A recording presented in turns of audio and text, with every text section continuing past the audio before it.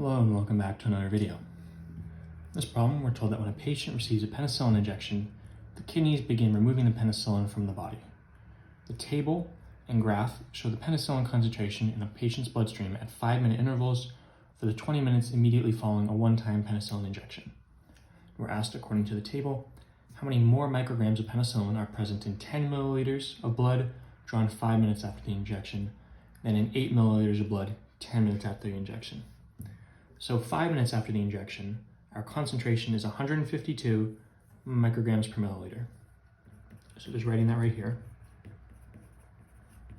What we're going to do is we're going to use this rate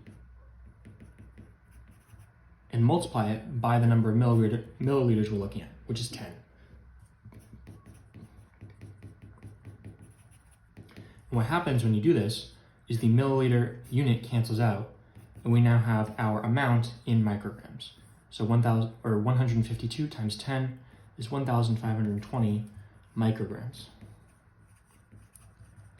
And that's for this first sample.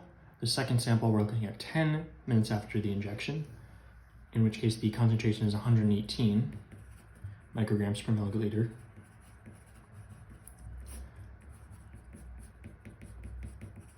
What does this change?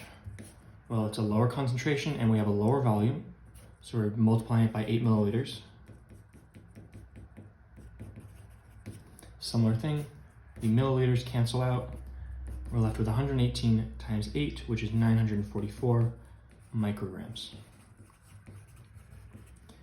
So we're asked how many more are present in the first sample than in the second sample. So that's going to be the difference between them, which is 1,520 minus 944, which is 576 micrograms. So again, our final question is, how many more micrograms of penicillin are present in 10 milliliters of blood drawn 5 minutes after the injection than in 8 milliliters of blood 10 minutes after the injection? And the answer is 576. As always, thank you for liking and subscribing. I'll see you in the next video.